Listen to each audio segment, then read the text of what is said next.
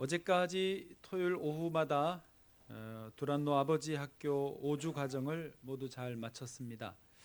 저도 학생 신분으로 학교에 들어가서 5주 동안 매주 5시간 반 정도씩을 교육과 훈련을 함께 받았습니다.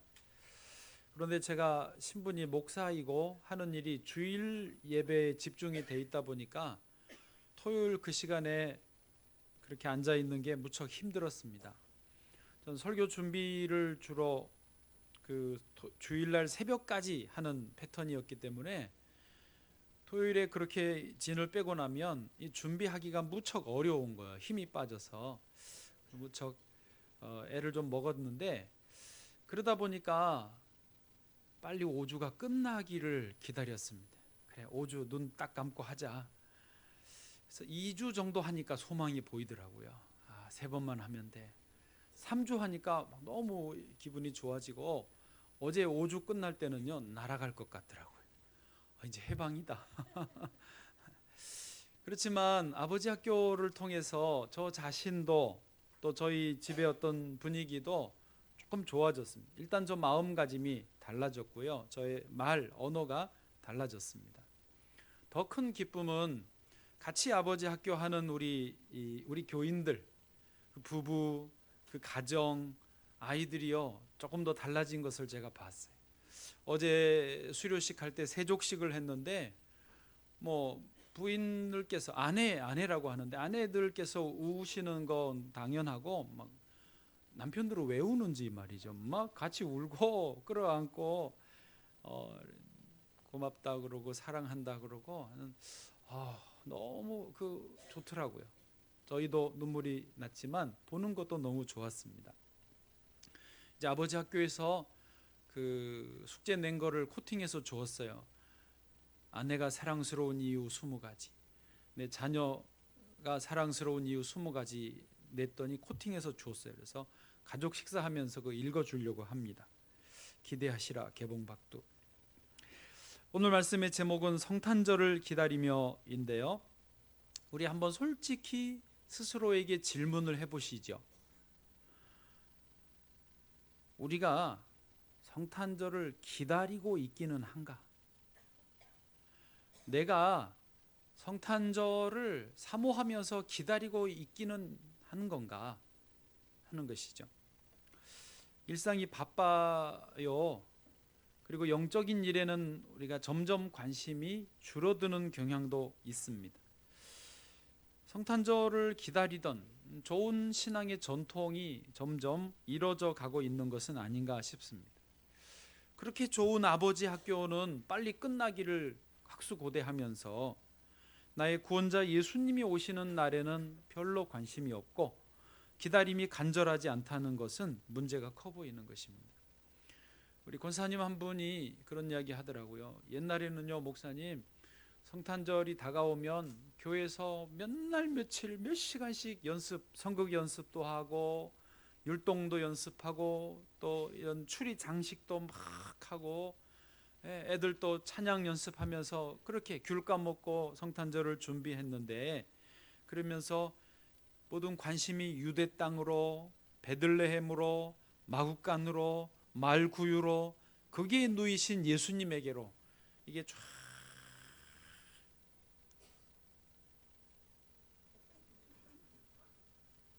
갔는데요, 지금은 다 흩어져 버렸다라는 거죠. 저도 동감입니다. 그래서 오늘 성탄절을 기다리며 제목을 이렇게 정하고, 오늘 본문을 직접 말한 세례 요한의 목소리로 좀 우리가 함께 듣기를 원합니다. 세례 요한은 당시에 광야에 있었습니다. 물론 우리가 경험한, 우리가 지금 누리는 그런 성탄절 분위기는 아니죠. 사실은 화려한 성탄 추리가 장식된 백화점에서도, 시청 앞에서도, 또 어느 교회에서도, 이렇게 세례요한이 머무는 광야에서도 성탄절의 주인공은 오직 예수 그리스도예요. 어쩌면 예수 그리스도에게만 가장 집중할 수 있는 가장 최적의 장소가 지금 세례요한이 있는 광야일 수 있습니다. 본질을 가리는 모든 비본질적인 불필요한 요소들을 다 빼버린 곳이 광야이니까 거기가 진짜 성탄절을 준비할 수 있는 최적의 장소일 수 있습니다. 세례 요한 자신도 삶에서 비본질적인 것들은요 다 치우고 살았어요. 세례 요한이 광야에서 거주했기 때문에요 집을 살 필요가 없습니다. 대출을 할 필요가 없고요 대출 이자 갚을 필요도 없어요. 월세 얼마네 올려달라 내려달라 이런 거 실갱이 할 필요도 없는 어디서나 누우면 내 집인 광야에서 살았습니다. 옷도 세탁이 거의 필요 없는 낙타 털옷을 입었어요. 허리에 가죽띠 하나 달랑 매니까 뭐 이거를 빨 필요도 없고, 저처럼 와이셔츠를 다려서 또 넥타이는 오늘 뭘 매나 이런 고민할 필요 없어. 그냥 항상 입는 거, 그런 거에 신경 안 쓰는 거죠. 먹는 음식도 메뚜기, 석청, 그런 이제 그 선인장 꿀 같은 거거든요. 그런 거를 먹고 사니까 뭐 걱정 안 하는 거예요. 세례 요한은 게다가 자기가 죽는 것도 겁을 안 냈어요. 당시에 왕이었던 헤롯 왕에게 막 직설적으로 그러면 안 된다고, 왜 동생의 아내를 취하냐고 그러면서 막 소리 지르니까 헤롯 왕이 세례 요한을 두려워했어요. 그 정도니까 세리들이 세례 요한에게 나오고 바리새인들이 나오고 군인들이 오고 백성들이 세례 요한에게 와서 그 말씀 듣기를 사모하고 세례를 다 받았어요. 얼마나 멋있었던지요, 얼마나 큰 인물이었던지요. 세례 요한이 그런 분이었습니다. 그런데 세례 요한은 그런 사람들의 인기가 중요한 게 아니라 자기가 이 땅에 올 때 하나님이 주신 사명이 있었어요. 광야에 외치는 소리, 주의 길을 예비하는 자로서의 사명이었어요. 그래서 사람들에게 지금 오늘 본문에서 그걸 알려주는 거예요. 막 세례 요한에게 몰려오지만 예수님이 오실 텐데 그 길을 준비하라고 알려주고 있습니다. 자, 그래서요 오늘 이 성탄절을 기다리며 제목을 정하면서 우리가 어떻게 주님을 맞을 준비를 할 것인가, 이것을 좀 나누려고 합니다. 자, 첫 번째로는요, 세례 요한이 우리에게 알려주시는 것이 뭐냐면 자기 자신을 깨끗하게 청소해야 한다는 것입니다. 뭐라고요? 자기 자신을 깨끗하게 청소해야 된다는 것이죠. 세례 요한이 실제로 회개하게 하는 세례를 사람들에게 베풀었어요. 회개하게 하는 세례, 죄를 씻어내는 세례입니다. 심령을 깨끗하게 청소하게 해주는 세례입니다. 여러분 저를 좀 봐주실까요? 대림절이 지난주에 기독교 절기의 출발점이라고 그랬습니다. 우리가 기독교 절기를 이렇게 지켜요. 지금 대림절이죠. 조금 있으면 성탄절 오죠. 그 다음에 고난주간 다음에 부활절이 와요. 그리고는 성령 강림이 오시고 추수감사절까지 이렇게 쭉 지내거든요. 이 기독교 절기를 지내는 가장 중요한 목적은 뭐냐면 그 예수님, 기독교 예수님과 이 절기를 지내면서 동행하는 거예요. 예수님과 우리 신앙의 인생의 여정을 함께 가는 거예요. 그래서 대림절에 예수님 기다리고, 성탄절에 예수님 맞이하고, 고난주간에 예수님 고난에 참여하고, 부활절에 함께 기뻐하고 승리를 노래하고, 성령 강림의 능력 받고, 추수감사절에 감사하고, 또 대림절로 와서 예수님 기다리고 탄생을 기뻐하면서 평생이 1년 주기로 돌아가면서 예수님과 동행하는 거, 하나님과 함께 가는 거, 그렇게 인생을 살아가는 게 우리 기독교 절기의 목적이에요. 그런데 생각해 보십시오.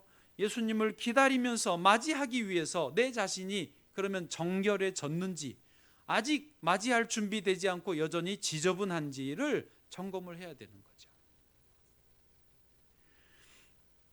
저희 시골집에서 개를 길렀어요.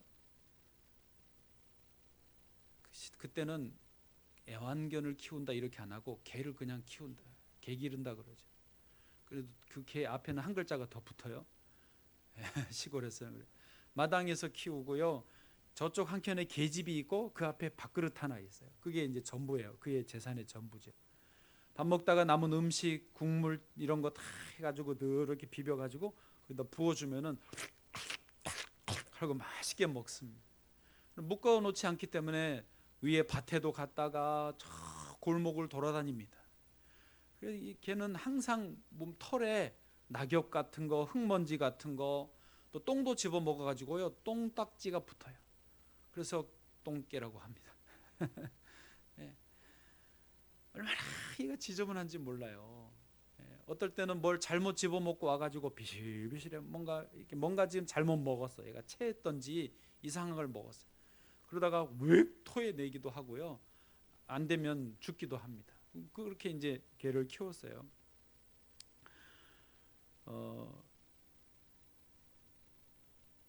여러분, 우리의 심령 상태가 지금 어떠신지요? 저도 어제 말씀을 준비하면서 저를 좀 돌아봤거든요. 내 심령 상태가 어떤가? 내 안에 세상의 욕심, 허영심, 거짓된 욕망, 그래서 그것을 이루려고 자꾸 위선, 거짓, 사기, 심하면 어떤 은근한 폭력을 행사하는 그런 게 내 안에 있는 거예요. 개 몸에 붙어 있는 그런 똥딱지들 같은, 그런 흙먼지들 같은 지저분한 것들이 내 안에 있는 거죠. 이래서는 오실 메시아 예수님을 맞이하기가 곤란하지요. 가끔 저희 어머니가요, 개 목욕시키자고 합니다. 마당에다가 개를 이렇게, 저희 동생들이 둘이 있거든요, 남동생들이, 좀 잡으라고 그러고 수도물 틀어가지고 개에 쫙 뿌려줍니다. 어떨 때 바가지로 떠가지고 부어주고 비누해가지고 얘를 팍팍팍 막 똥개 목욕시켜 보셨어요? 얼마나 지저분한지 몰라요. 그걸 다 목욕을 시켜요. 그리고 물 쭉 뿌려주고 수건으로 탁탁탁 해주면 똥개가 아니고 복실이었어. 얼마나 깨끗해지는지 몰라요. 예. 여러분, 우리가 주님 안에서 주님을 모시려면 이런 정결한 청소하는 과정이 꼭 필요하다는 것이죠. 물론 세상 죄가 주는 달콤함 같은 게 있어요. 예. 세상 죄의 유혹, 그런 게 슬쩍 넘어갈 때 주는 그 뭐라고 말할 수 없는 그 맛이 있어요. 맛, 재미가 있다고요. 예. 그런데 우리가 알아야 되는 게 뭐냐면, 그렇게 죄의 달콤함을 누릴 때 미끼를 무는 거야. 그리고 확 낚아채가는 거죠, 우리를 마귀가. 제가 대천항 방파제에서 낚시를 해봤어요. 저 친구 목사님들 한 4명 가가지고 낚시의 낙자도 모르는데 그 방파제 그 테트라고포드라고 이렇게 방파제에 있는 구조물이 있어요. 큰 콘크리트 구조물 있잖아요. 다리 4개짜리. 고기 사이사이 이제 난 틈새로 낚시를 들이우는 거죠. 그래서 저는 이쪽에, 친구들은 저쪽, 또 저쪽, 또 이쪽 해서 자기 나름대로 잘 잡힐 포인트에서 낚시를 합니다. 낚시를 모르니까 이렇게 이게 잡히겠나 보니까 고기들이 왔다 갔다 하는 게 보여요. 근데 진짜 거짓말처럼 이게 물더라고요. 세상에. 그래 탁 해가지고 물때 낚아채가지고 올렸어요. 세상에, 나 같은 애한테 잡히다니. 그래서 올려가지고 낚싯줄을 잡고 이거 꺼내려고 그러는데, 한 요만한 물고기인데 5만 인상을 다 쓰면서 이게 붕어처럼 이쁘게 안 생겼더라고요. 바다 생선들 입이 주둥이 이렇게 크면서 하고 나를 노려보는데, 내가 너 같은 거에 잡히다니 억울하다, 뭐 이런 것 같아요. 이거를 뺄 수가 없어. 뺄 수가, 너무 무섭게 생겨가지고요. 인상 쓰고 있어서. 이렇게 보니까 제 친구 목사가 계속 헛손질만 하고 있더라고요. 그립 보냈어요. 이렇게 낚시를 돌리면 되잖아요. 길이가. 이거 좀 빼줘. 난 무서워서 못 빼겠어요. 그랬더니 이제 자기도 안 잡히니까 자기 걸 놓고 제 거를 빼줬어요.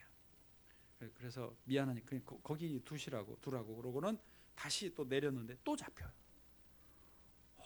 참 신기하더라고요. 그래서 또 올려가지고 하는데 또 무서운 똑같은 종이에요. 하니까 또 올려가지고 얘 좀 빼주라고. 그렇게 해서 한 12마리 정도를 잡았어요. 네. 그거를 어떻게 할게요? 수프 넣고 라면 수프에 푹 삶아가지고 라면 면 넣어가지고 먹으니까 최고로 맛있어요. 그 맛을 잊을 수가 없어요. 대천항. 네. 무슨 말 하려고 했냐면요. 여러분, 세상에 죄가 주는 달콤함, 재미, 맛이 대단합니다. 그런데 그거를 물면요 끝나는 거예요. 그게 재밌을 것 같아요. 참 달콤한데 그걸 물려서 낚여버리면요, 이제 그때 억울하다, 분통이 터진다, 화난다, 그래봐야 소용없는 거예요. 여러분, 그런 죄를 벗삼아서 살아가다가 영원히 망하는 게 좋겠습니까? 우리의 주님이신 예수님과 벗삼아 영원히 사는 게 좋으시겠습니까? 죄라는 거는요, 정말 무섭습니다. 핵폭탄보다 무서운 게 죄입니다. 죄는요, 영혼을 파멸시킵니다. 인생도 가정도 파괴하는 게 죄입니다. 여러분, 나라와 민족이요, 한 국가가 무너지는 게 핵폭탄 때문에 무너지는 게 아니에요. 진짜 무너지는 거는요, 그 안에 있는 죄 때문에 무너지는 거예요. 우리가 주님을 맞이하면서 정결하게 되어지기를 원합니다.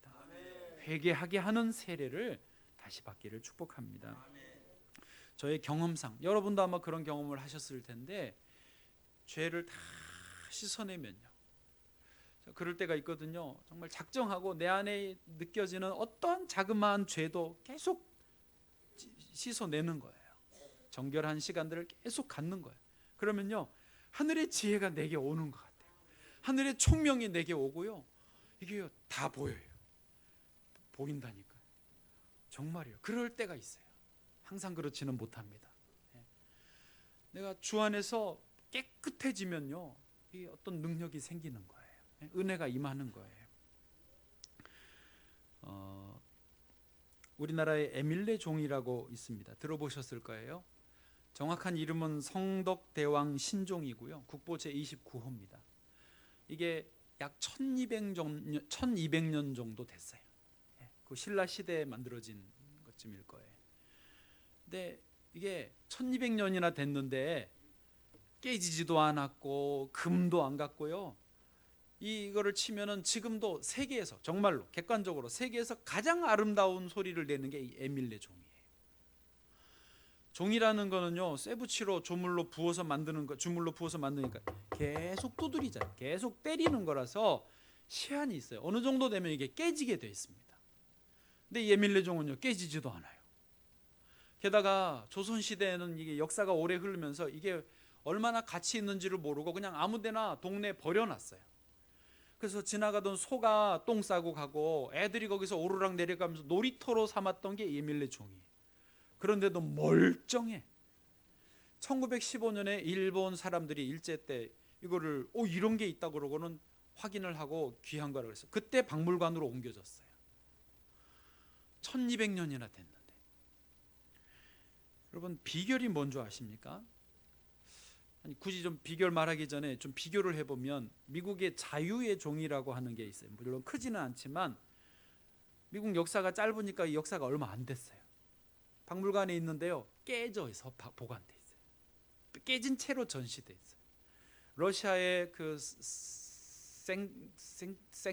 생트페테르부르크, 성 베드로 도시인데요, 세인트 피터, 하여튼 갑자기 생트페테르부르크, 거기에 전 세계에서 제일 큰 200톤 정도 되는 종이 있어요.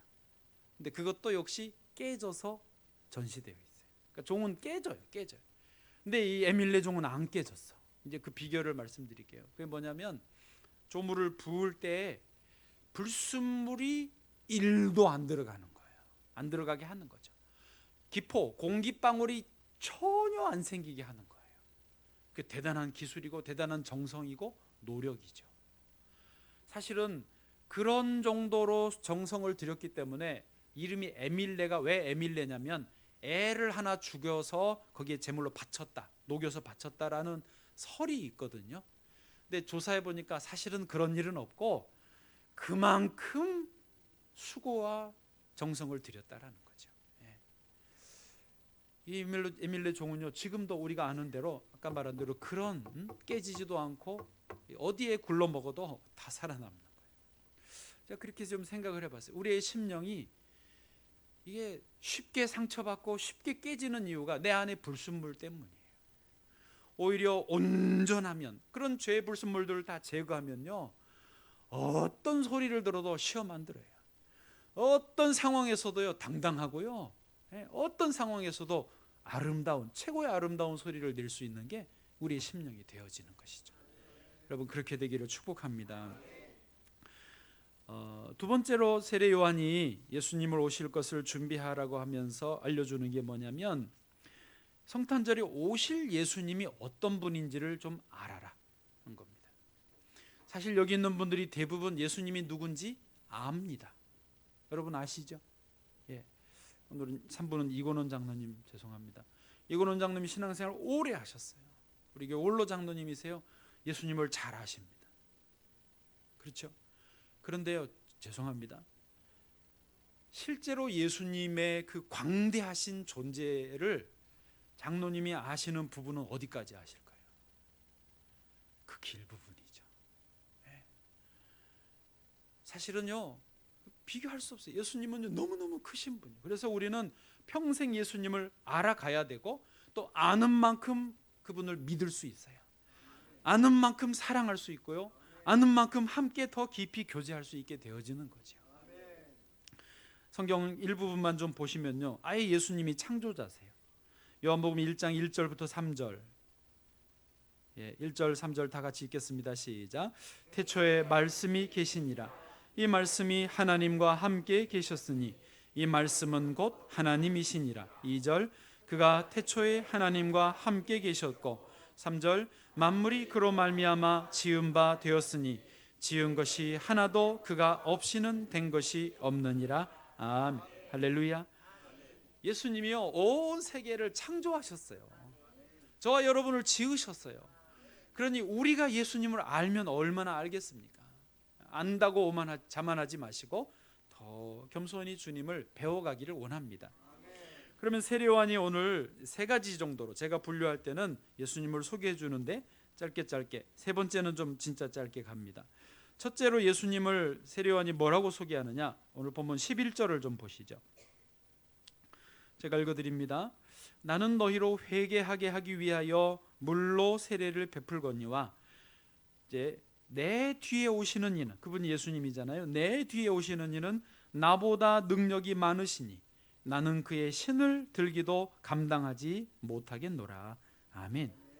일단 여기까지만요. 첫째로 세례 요한이 말하는 예수님은 어떤 분이냐면, 예수님은 자기와 비교할 수 없는 큰 능력이 있는 분이다라는 말입니다. 이게 왜 이 말이 의미가 있냐면요, 당시에 사람들이 세례 요한을 큰 분으로 봤어요. 위대한 인물로 봤어요. 아까 세례 요한 잠깐 소개했지만, 세례 요한은 헤롯 왕도 무서워하지 않기 때문에 사람들에게 인기가 대단했어요. 참 선지자다. 그래서 세례 요한이 우리가 기다리는 그 메시아가 아닐까라고 생각을 했을 정도예요. 그런데 세례 요한이 뭐라고요? 나는 메시아도 아닐 뿐더러 내 뒤에 오시는 분은 얼마나 위대한지, 그분이신데 나는 그의 신을 들지도 못하겠다라고 한 거예요. 여러분, 신을 든다라는 말이 뭔지 아십니까? 당시에 팔레스타인에서는요, 종이나 노예가 주인의 신발을 들어주는 거예요. 그 신발은요, 사막 모래바람 나는 먼지가 가득한 더러운 신이니까 종이나 노예가 이거를 드는 거예요. 주인이 잘 안 들어요. 그런 점 세례 요한은 뭐라고요? 나는 그 예수님의 신발을 들을 만한 자격도 없다. 예수님의 종, 예수님의 노예도 나는 자격이 없다라고 할 정도로 예수님이 대단한 분이라고 말한 거죠. 생각해 보세요. 여러분, 여기 하나님이 오셨는데 우리 하나님 오시면 우리 다 죽어버려요. 살 수도 없어요. 그러니 우리가 하나님의 신발을 잡을 수 있어요? 잡을 수 있어요? 말해보세요. 잡아봐요. 큰일 나요. 잡을 수 없어요. 그럼 세례 요한은 그 말을 하는 거예요. 내가 하나님이신 예수님의 신발을 나는 감당할 수 없다. 예수님이 내 뒤에 오시는 분이 메시아, 하나님이 오신다라고 분명하게 설명해 주는 거죠. 일본 임진왜란을 일으킨 도요토미 히데요시가요, 천민 출신이었어요. 출세하고 싶은데 줄이 없잖아요. 백이 없잖아요. 오다 노부나가라고 하는 그 주인 밑에서 이제 이렇게 배우고 좀 자기가 크려고 애를 쓰는데, 어느 날 오다 노부나가가 겨울날 이렇게 추운데 방에서 나와서 마루에 신발을 신으려고 하는데 신발이 따뜻한 거예요. 딱 보니까 옆에 도요토미가 서 있거든요. 자기 하인이, 자기 부하죠. 그때는 너 이 자식 내 신발 깔고 앉았지 그러면서 나무랐는데 알고 보니까 아니야. 도요토미가 자기 주인의 신발을 품에 품고 있다가 따뜻하게 해놨다가 주인 나오니까 신으라고 내놓은 거예요. 그래가지고 잘 보였잖아요. 그래서 키워줬어요. 그래서 그 다음 후계자가 됐거든요. 여러분, 이렇게 신발을 드는 것도 영광인데 우리는 주님의 신발을 들 수도 없는 거예요. 세례요한이 자기를 그렇게 표현한 거예요. 그러니까 우리 오실 예수님이 얼마나 위대한 분이시냐, 얼마나 대단한 분이, 얼마나 광대하신 분인 줄을 아는 거예요. 그래서 그 예수님이 어떤 분인지를 아는 사람들이 이제 이 성탄절에 오실 예수님을 기다리는 거예요. 그걸 아는 사람들이 기쁘다 구주 오셨네를 부르는 거예요. 그 얼마나 훌륭하신 분이 오시느냐. 그래서 기쁘다 구주 오셨네, 만백성 맞으라, 온 교회여 다 일어나, 다 찬양하여라, 다 찬양하여라, 다 찬양하여라.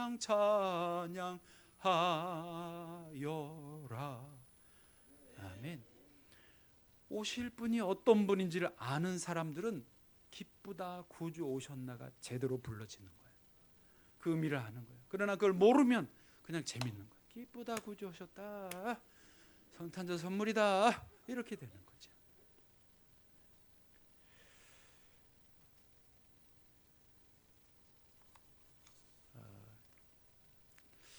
여러분, 우리 각자의 삶에는 어떤 그 큰 게 있습니다. 나에게 큰 거. 여러분에게 큰 것은 뭔가요? 시험에 합격하는 거, 그 큰 문제죠. 취업하는 거 큰 문제죠. 지금 몸이 아파요. 이 병이 낫는 거 굉장히 큰 문제입니다. 적자에 시달려요, 빚에 시달려요, 빚에 시달려요. 그러면 돈을 좀 확 한 100억쯤 벌어가지고 다 갚아버리고 번드르르하게 좀 멋지게 사는 거, 그런 게 큰 거예요. 솔직하게 저는요, 지금 저한테 큰 문제는 예배당을 좀 어떻게 키워보는 거, 땅 한 평 좀 사는 거, 이런 게 저한테 솔직하게 생각해 봤어요. 늘 골몰하는 게 그런 거예요. 물론 그것만 하는 생각하고 사는 건 아닙니다. 하여튼 그게 저한테 큰 문제더라고요. 그런데 세례요한이 지금 뭐라 그런 줄 아세요? 진짜 큰 분이 오신다. 그분이 누구다? 예수 그리스도다. 생각해 보시면 그 말씀이 맞습니다. 여러분, 모든 우리가 생각하는 문제들보다 더 크신 분이 예수님이십니다. 제가 그렇게 어리석게 골몰하는 그런 문제보다 훨씬 크신 분이 예수님이세요. 왜냐하면 예수님이 이 세계를 창조하셨어요. 이 세계의 주인이세요. 저와 여러분의 주인이세요. 우리가 기다리는 성탄절은요, 그 예수님이 오시는 날을 기다리는 거예요. 그리고 그 예수님과 우리의 또 1년을 동행하며 살기를, 함께하며 살기를 우리는 원하는 것이죠. 할렐루야. 그런 복이 있기를 바랍니다. 두 번째로 세례 요한이 예수님에 대해서 설명해 주는 게 뭐냐면, 예수님이 성령과 불로 세례를 주실 것이다 라고 하는 거였어요. 아까 11절 뒷부분에 그렇게 돼 있었죠. 그는 성령과 불로 너희에게 세례를 베푸실 것이요. 아멘. 세례 요한이 주는 물 세례는 죄를 씻는 것, 정결하게 하는 것, 청소 정도 하는 것입니다. 정리정돈 정도 되는 것이죠. 그런데 예수님이 주시는 세례는 성령 세례입니다. 이것은 능력을 부여하는 거예요. 영적인 싸움에서 승리하는 거예요.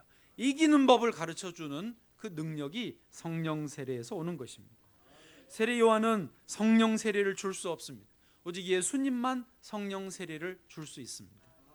성령 세례를 받으면 어떻게 된다고요? 능력이에요. 사도행전 1장 8절, 오직 성령이 너에게 임하시면 너희가 무엇을 받고? 권능을 받고. 이 권능, 두나미스, 다이너마이트를 받는 게 성령 세례입니다. 이게 포인트예요. 여러분, 참 능력은요, 하나님께로부터만 오는 것입니다.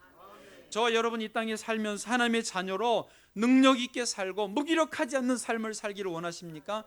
성령을 받으셔야 됩니다. 스가랴 4장 6절에서도 하반절에 그렇게 말씀하셨어요. 만군의 여호와께서 말씀하시되 이는 힘으로 되지 아니하며 능력으로 되지 아니하고 오직 나의 영으로 되느니라. 세상 힘, 세상 능력이 아니라 오직 하나님의 영, 하나님의 능력으로만 된다는 것이죠. 요즘에요, 제가 조금 나아지고 있어요. 느헤미야 52일 성경 말씀 기도 운동을 하면서 더 말씀 보고 더 기도하려고 애를 쓰다 보니까 예전보다는요 제가 많이 회복됐어요. 다른 일로 바빠가지고 더 기도 못하던 때에 비해서 훨씬 지금 좀 자꾸 설교할 때 침이 튀어요. 죄송합니다. 그것까지는 안 갑니다.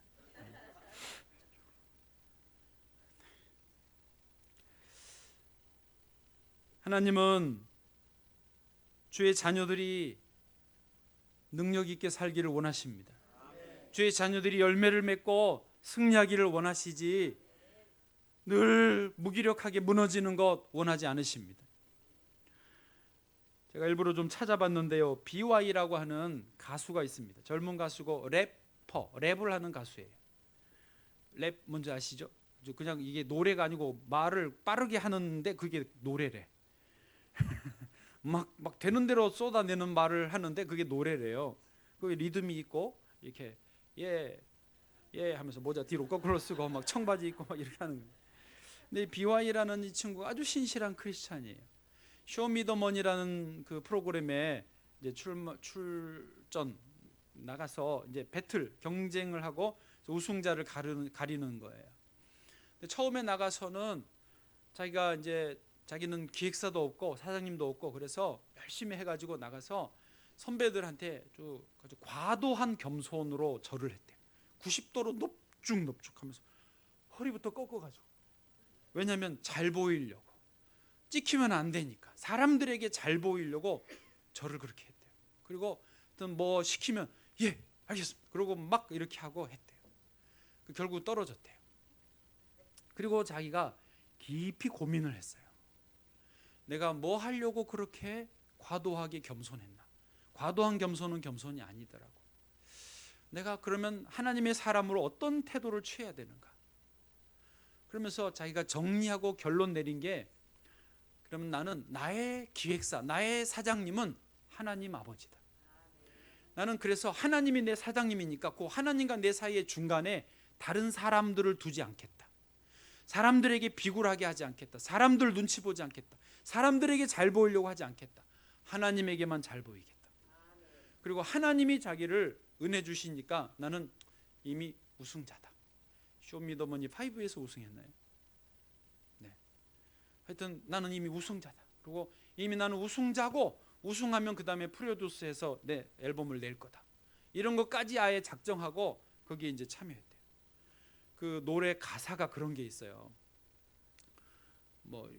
좀 따라하기가 참 힘든데, 나는 하나님의 백성, 나는 이미 우승자, 너희들은 호구, 허수아비, 뭐 이런 거예요. 그냥 얘는 그 노래에다가 진짜로 하나님, 예수님, 성령님, 구원, 영생, 복, 뭐 하나님 자녀 이런 말을요 그냥 다 넣어요. 그런데 안 믿는 애들, 그렇게 막 노는 애들이 모자 거꾸로 쓰고 하나님이 나를 살리셨다 그러면 뭐 이러면서 아멘을 막 한다니까요. 이런 분위기예요. 그런데 그게 전혀 이상하지 않아. 아주 자연스럽게. 왜냐하면 너무 당당하게 하니까. 근데 얘가 우승을 합니다. 그리고 BY가 아주 유명한 가수가 돼요. 얼마나 멋있던지요. 제가 어제 그걸 들어봤어요. 정확하게 말하면 읽었어요. 왜냐하면 노래를 하는데 뭔 말인지 모르겠어. 너무 빨라가지고. 그래서 그 자막이 뜨잖아요. 그 자막을 읽는데 이것도 너무 빨라가지고 열심히 읽어야 됩니다. 그래서 2곡 정도 들었는데 은혜를 다 받았어요. 설교보다 은혜롭더라고. 그 하나님의 자녀로서 당당하고, 또 그걸 분명히 표현하고 대중문화 속에서 하나님 살아계심을 나타내니까요. 자기 어디 가든지 하나님 믿는다는 거예요. 그리스도인이라는 거예요. 대신에 내가 그리스도인입니다, 나 교회 다닙니다 하고는 빌빌하면 안 된다는 거죠. 그러면 그게 하나님을 부끄럽게 만드는, 창피하게 하는 거니까 하나님 믿습니다 하는 사람들은 밤을 새워서라도 준비하고 연습하고 훈련해서 더 잘하는 거예요. 그리고 하나님이 도와주시고 그다음부터는 뭐 그 우승하기 전에도 여전히 배틀 중에 있었는데 어디 그 유명한 가수 팀에서 전화가 왔대요. 피처링 좀 해달라고, 도와달라고. 전에 같으면 전화에 대고 절을 할 거였어요. 예, 아이고 감사합니다. 나를 나 같은 사람 뭐라고 무명인데 불러주셔서 감사합니다 그랬을 텐데 그때부터는 안 그랬대요. 전화 오니까 그럼 자료 보내주세요. 제가 검토하고 말씀드릴게요. 그쪽에서 당황하는 거예요. 여기 뭐 있나 보다. 뭐가 있지요. 하나님이 있죠. 그쪽에서 아유 예 잘 부탁합니다. 그러고 끊더래요.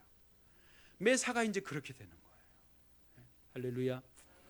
여러분 제가 아주 어제 은혜 받았어요. 여러분 우리는 다 하나님의 자녀들이고 우리는 이미 성령 세례를 받았습니다. 능력이 주어졌어요. 다이너마이트가 여기 있어요. 부끄럽지 않게 당당하게 살아가시기를 축복합니다. 마지막은 세 번째는 이제 본문의 12절입니다. 이것은 읽고 한마디만 하면 마쳐지겠습니다. 12절입니다. 시작. 손에 키를 들고 자기의 타작마당을 정하게 하사 알곡은 모아 곳간에 들이고 쭉정이는 꺼지지 않는 불에 태우시리라. 아멘. 예수님이 심판주가 되신다라는 말씀이에요. 그런데 저와 여러분이 알곡돼야 되겠습니까? 쭉정이 돼야 되겠습니까? 알곡돼야죠. 알곡과 쭉정이의 차이는요, 속이 차 있느냐 비어 있느냐입니다. 알곡은 안이 차 있고 쭉정이는 껍데기뿐입니다. 그럼 우리가 알곡이 되려면 속을 채워야 돼요. 무엇으로 채우시면 되겠어요? 예수 그리스도로 채우시면 됩니다. 말씀이라고 하시기도 해도 좋습니다만은 말씀도 예수님입니다. 로고스이신 말씀, 예수님. 그래서 이번에 오시는 예수님으로 내 마음을 채우고 중심에 모셔드리면 그게 나를 알곡되게 하는 거예요. 이해되십니까?